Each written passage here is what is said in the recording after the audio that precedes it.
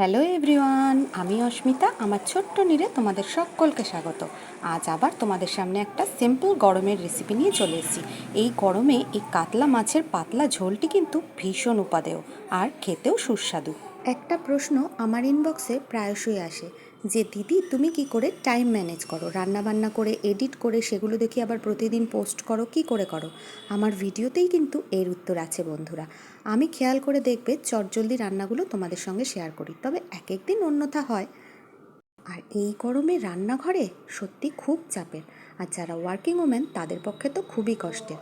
আবার বাইরের খাবারও খেতে রোজ রোজ ইচ্ছে করে না। সেই জন্য আজ তোমাদের একটা কাতলা মাছের পাতলা ঝোল আমি দেখাচ্ছি। এটা অন্যভাবে আমার ফেসবুকে আগেই পোস্ট করা আছে। আর এটা একটু অন্যরকম। তো দেখো, স্টেপ বাই স্টেপ আমি দেখিয়ে দিয়েছি, একটা স্টেপও কিন্তু মিস করো না, তাহলে ঝোলটার টেস্ট কিন্তু ভালো হবে না। প্রথমেই কাতলা মাছগুলো দেখে নিলে যে আমি ভালো করে পরিষ্কার করে ধুয়ে রেখেছি, এবং তার মধ্যে একটা মশলা আমি বানিয়ে নিয়েছি বাটিতে, যাতে ছিল জিরের গুঁড়ো, ধনের গুঁড়ো, লঙ্কার গুঁড়ো, আদা পাউডার, নুন, হলুদ আর সামান্য কয়েকটা চিনির দানা। কালারের জন্য দিয়েছি, সেটা তোমরা স্কিপ করতে পারো। মাছটাকে তেলের মধ্যে আমি খুব ভালো করে ভেজে নিয়েছিলাম, আর ওই মশলাটার মধ্যে 4টে কাঁচা লঙ্কা চেরাও দিয়েছিলাম।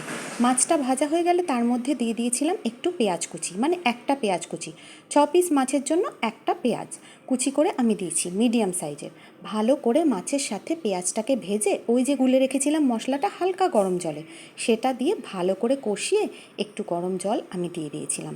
তারপর টকবক করে ফুটিয়ে 5 থেকে 7 মিনিট একদম নামানোর আগে দিয়ে দিয়েছিলাম একটু ফ্রেশ ধনেপাতা কুচি। যারা ধনেপাতার ফ্লেভার পছন্দ করো না তাদের দেওয়ার দরকার নেই, একটা এলাচ ফেলে দেবে, তাতেই হবে। এই দেখো, যে দিয়েছি একটু ধনেপাতা কুচি সব শেষে, ব্যাস রেডি একদম কাতলা মাছের পাতলা ঝোল। এটা সকালে, দুপুরে, রাত্রে এই গরমে কিন্তু ভীষণ উপাদেয় বন্ধুরা। তোমরা আমার কথাতে নয়, একবার বানিয়ে খেয়ে দেখো, সত্যি ভীষণ তাড়াতাড়ি হয়ে যায়, রান্নাঘরেও বেশিক্ষণ থাকতে হবে না, আর তার সঙ্গে একটা উপাদেয় ঝোলও পেয়ে যাচ্ছ।